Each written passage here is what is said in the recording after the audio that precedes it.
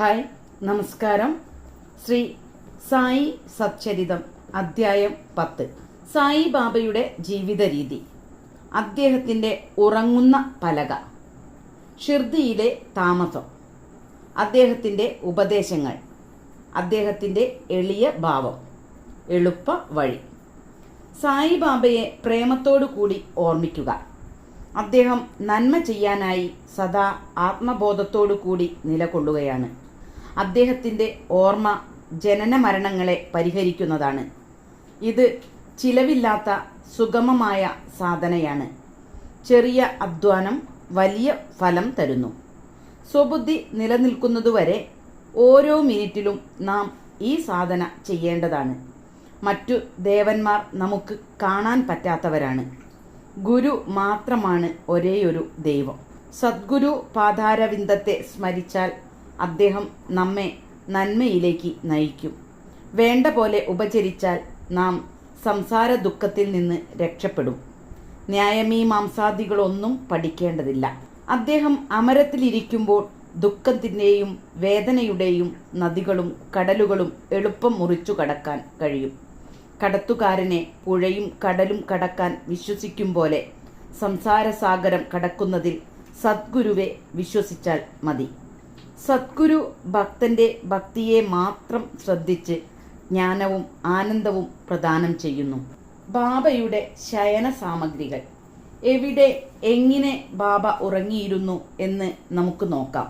നാനാ സാഹേബ് ബംഗാളി 4 മുഴം നീളവും 1 മുഴം വീതിയുമുള്ള ഒരു മരപ്പലക ബാബയ്ക്ക് ഉറങ്ങാൻ കിടക്കാനായി കൊണ്ടുവന്നു. അത് നിലത്ത് വെച്ച് ഉറങ്ങുന്നതിനു പകരം ബാബ അത് പഴയ തുണിക്കഷ്ണങ്ങളെ കൊണ്ട് കെട്ടിത്തൂക്കി അതിന്മേൽ ഉറങ്ങാൻ തുടങ്ങി. തുണിക്കഷ്ണങ്ങൾ വളരെ ബലഹീനവും പഴയതുമായതിനാൽ പലക തന്നെ എങ്ങനെ താങ്ങുമെന്ന അവസ്ഥയിലായിരുന്നു. അതിന്മേലാണ് ബാബയുടെ കിടപ്പ്. ബാബയുടെ ലീല എന്നേ പറയാവൂ. പലകയും ബാബയും ഒരു തകരാറും കൂടാതെ ആ തുണിക്കഷ്ണത്തിന്മേൽ വീഴാതെ നിന്നു. പോരെങ്കിൽ ആ പലകയുടെ 4 മൂലയിലും ബാബ മൺവിളക്ക് കത്തിച്ചു വയ്ക്കും. ബാബ ആ പലകയിൽ ഇരിക്കുന്നതും കിടക്കുന്നതും ഒരു അതിശയകരമായ കാഴ്ച തന്നെയായിരുന്നു. പലരും ജിജ്ഞാസുക്കളായി ബാബ കയറുന്നതും ഇറങ്ങുന്നതും സൂക്ഷിച്ചു നോക്കാൻ മസ്ജിദിൽ വന്നുകൂടി. പക്ഷേ ആർക്കും ബാബ കയറുന്നതോ ഇറങ്ങുന്നതോ കാണാൻ കഴിഞ്ഞില്ല. തിരക്കു വർദ്ധിച്ചു വരുന്നത് കണ്ടപ്പോൾ ഒരു ദിവസം ബാബ പലക വലിച്ചെടുത്ത് തല്ലിപ്പൊളിച്ചു വലിച്ചെറിഞ്ഞു. ബാബയ്ക്ക് അഷ്ടസിദ്ധികളുണ്ടായിരുന്നു. അവ അദ്ദേഹം ഒരിക്കലും പ്രവർത്തിച്ചിരുന്നില്ല. അദ്ദേഹത്തിൻ്റെ പൂർണ്ണത കൊണ്ട് അവ താനേ വന്നുകൊണ്ടിരുന്നു. സഗുണ ബ്രഹ്മം. ബാബ 3.5 മുഴം ശരീരത്തിലുള്ള അഥവാ ഉയരമുള്ള ഒരു സാധാരണ മനുഷ്യനെ പോലെ കാഴ്ചയിൽ തോന്നുമെങ്കിലും അദ്ദേഹം എല്ലാവരുടെയും ഹൃദയത്തിൽ കുടികൊണ്ടു. ആന്തരികമായി നിസ്സംഗനും നിർമ്മയനുമായിരുന്നെങ്കിലും പുറമേക്ക് എല്ലാവരുടെയും ക്ഷേമത്തെ ശ്രദ്ധിച്ചിരുന്നു. ആന്തരികമായി ബ്രഹ്മസ്വരൂപമായിരുന്നെങ്കിലും പുറമേക്ക് മുൻകോപിയും ശുണ്ഠിക്കാരനുമായി പെരുമാറി. ആന്തരികമായി അദ്വൈതഭാവമായിരുന്നെങ്കിലും പുറമേക്ക് ലൗകികത്തിൽപ്പെട്ട പോലെ പെരുമാറി. ചിലപ്പോൾ എല്ലാവരോടും പ്രേമത്തോടെ പെരുമാറും. മറ്റവസരങ്ങളിൽ കെട്ടിപ്പിടിച്ച് ശാന്തമായി പെരുമാറും. എപ്പോഴും ബ്രഹ്മത്തിൽ ലയിച്ച് ഭക്തന്മാരുടെ കാര്യത്തിൽ ജാഗരൂകരായിരിക്കും. ഒരേ ആസനത്തിൽ ഇരിക്കലല്ലാതെ യാത്രപോക്ക് പതിവില്ല. കയ്യിൽ എപ്പോഴും ഒരു ദണ്ട് ഉണ്ടായിരിക്കും. ധനത്തിനും ഖ്യാതിക്കും ശ്രദ്ധിക്കാതെ ഭിക്ഷയാചിക്കുമായിരുന്നു. അള്ളാ മാലിക് എന്ന് എപ്പോഴും പറയും. ഭക്തന്മാരോട് പൂർണ്ണവും അവിഛിന്നവുമായ പ്രേമമാണ് അദ്ദേഹത്തിന്. അദ്ദേഹം ആത്മജ്ഞാനത്തിൻ്റെ വിളനിലമായിരുന്നു.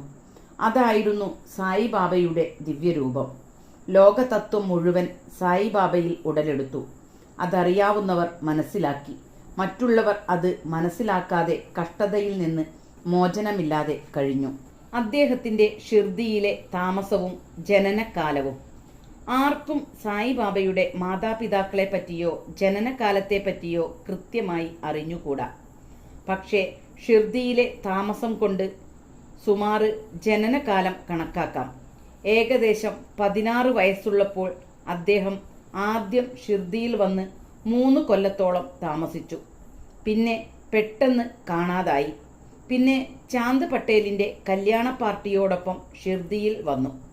അന്ന് സുമാർ 23 വയസ്സുണ്ട്. 60 കൊല്ലം ഷിർദിയിൽ താമസിച്ചു. 1918 മഹാസമാധിയായി. അതിൽ നിന്നും ഏകദേശം ജനനകാലം 1838 ആണെന്ന് അനുമാനിക്കാം. ബാബയുടെ ജീവിതോദ്ദേശ്യവും ഉദ്ദേശ്യവും. ഋഷി രാംദാസ് 1608 ജനനം, 1681 മരണം. 17-ാം നൂറ്റാണ്ടിൽ യവനന്മാരിൽ നിന്ന് പശുക്കളെയും ബ്രാഹ്മണരെയും രക്ഷിക്കുന്ന കൃത്യം നിർവഹിച്ചു. പിന്നീട് 2 നൂറ്റാണ്ടിനുള്ളിൽ ഹിന്ദു മുസ്ലിം വിരോധം വർദ്ധിച്ചു വന്നു. അത് തീർക്കാനാണ് സായിബാബ വന്നത്. അദ്ദേഹം സദാ പറയും, രാമനും റഹീമും ഒന്നു തന്നെയാണ്, അവർ തമ്മിൽ ലേശം പോലും വ്യത്യാസമില്ല. പിന്നെ എന്തിനാണ് അവരുടെ ഭക്തന്മാർ പിണങ്ങി മത്സരിക്കുന്നത്? നിങ്ങൾ വിവരമില്ലാതെ പ്രവർത്തിക്കരുത്. കുട്ടികളെ കൈകോർത്ത് പിടിച്ച് 2 സമുദായങ്ങളും മൈത്രിയിൽ പ്രവർത്തിച്ചാൽ ദേശീയ ഐക്യം സാധ്യമാവും. മത്സരിക്കുന്നതും വാദിക്കുന്നതും നല്ലതല്ല. അതുകൊണ്ട് വാദിക്കാനോ മറ്റുള്ളവരെ ഇടിച്ചു താഴ്ത്താനോ നിൽക്കരുത്. നിങ്ങളുടെ താൽപ്പര്യത്തിലും നേട്ടത്തിലും ശ്രദ്ധിക്കുക. ഭഗവാൻ നിങ്ങളെ രക്ഷിക്കും. യോഗം, യാഗം, തപം, ജ്ഞാനം ഇവയാണ് ദൈവീകത്വം ലഭിക്കാനുള്ള മാർഗങ്ങൾ. ഇതിൽ നിങ്ങൾ വിജയിക്കുന്നില്ലെങ്കിൽ നിങ്ങളുടെ അധ്വാനം വെറുതെയാണ്.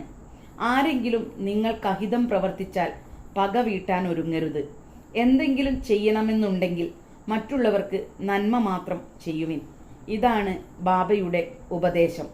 ഇത് ഭൗതികമായും ആധ്യാത്മികമായും നല്ലതാണ്. സായിബാബ സദ്ഗുരു. പല ഗുരുക്കന്മാരുണ്ട്. ചിലർ വീണയും ചെണ്ടയുമെല്ലാമായി വീടുതോറും കയറി ഇറങ്ങും. അവർ മന്ത്രങ്ങൾ ഉപദേശിച്ചും ദൈവത്വം നടിച്ചും പണം കൈക്കലാക്കും.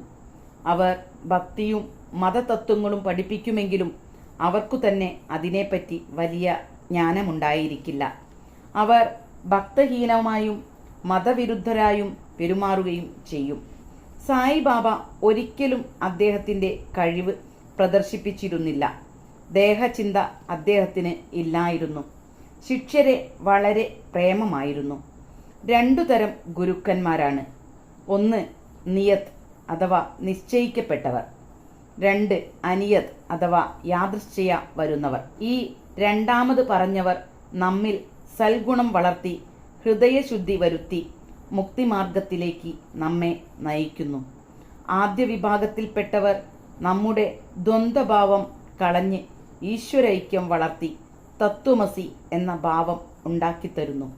മറ്റു പല ഗുരുക്കളും പല ലൗകിക കാര്യങ്ങളും പഠിപ്പിച്ചു തരുന്നു. ആരാണ് ആത്മജ്ഞാനം തന്ന് സംസാരസാഗരം കടത്തിവിടുന്നത്? അവരാണ് സദ്ഗുരു. സായിബാബ അത്തരം ഒരു സദ്ഗുരുവായിരുന്നു. അദ്ദേഹത്തിൻ്റെ മാഹാത്മ്യം അവർണ്ണനീയമാണ്. ആരെങ്കിലും ദർശനത്തിനു പോയാൽ ചോദിക്കാതെ തന്നെ അയാളുടെ ഭൂതം, ഭാവി, വർത്തമാനകാലങ്ങളിലെ കാര്യങ്ങളെല്ലാം പറയും.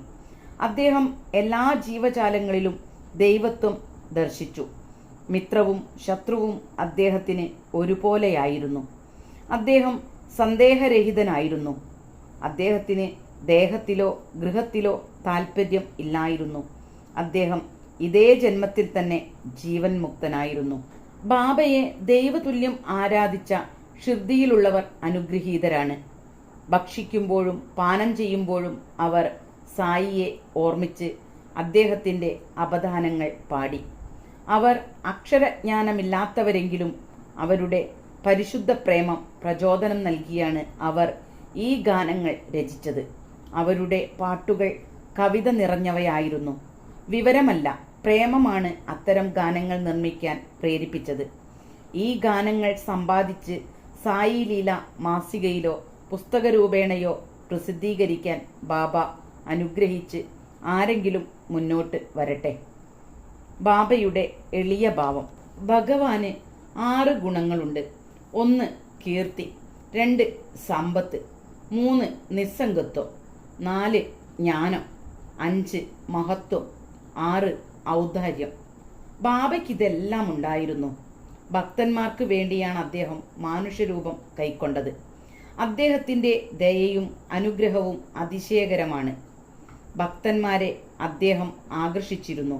ഭക്തന്മാർക്ക് വേണ്ടി ബാബ അമൃതവാണി പൊഴിക്കുമായിരുന്നു. ബാബ ഒരിക്കൽ വിനീതമായി ഇപ്രകാരം പറഞ്ഞു: അടിമകളിൽ അടിമയായ ഞാൻ നിങ്ങളുടെ കടക്കാരനാണ്. ഞാൻ നിങ്ങളുടെ ദർശനം കൊണ്ട് സംതൃപ്തനാണ്. നിങ്ങളുടെ പാദം എനിക്ക് കാണാൻ കഴിഞ്ഞത് വലിയ കാര്യമാണ്. ഞാൻ നിങ്ങളുടെ മലത്തിലെ കൃമിക്ക് തുല്യമാണ്. ഞാൻ അനുഗ്രഹീതനായി കരുതുന്നു. ഇതെന്തൊരു വിനയമാണ്! ഇതിൽ സായിക്ക് അപമാനകരമായി വല്ലതും തോന്നുന്നെങ്കിൽ അതിന് പരിഹാരമായി ബാബയുടെ നാമം ഉച്ചരിക്കുക. ഭോജ്യങ്ങളിൽ ബാബയ്ക്ക് താല്പര്യമില്ലായിരുന്നു. തിന്നുന്നതിൽ സ്വാദു നോക്കലില്ല. കാണുമെങ്കിലും എന്താണ് കാണുന്നതെന്ന താല്പര്യമില്ല. ഹനുമാനെ പോലെ ബ്രഹ്മചാരിയായിരുന്നു. അദ്ദേഹം പരിപൂർണനായിരുന്നു. ഒരു ഉദാഹരണം പറയാം. നാനാവല്ലി.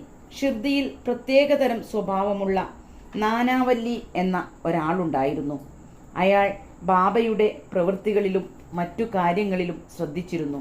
ഒരിക്കൽ ബാബ ആസനസ്ഥനായിരിക്കുന്നിടത്ത് ചെന്ന് ബാബയോട് എഴുന്നേൽക്കാനും തനിക്കവിടെ ഇരിക്കണമെന്നും പറഞ്ഞു. ബാബ ഉടനെ എഴുന്നേറ്റു കൊടുത്തു.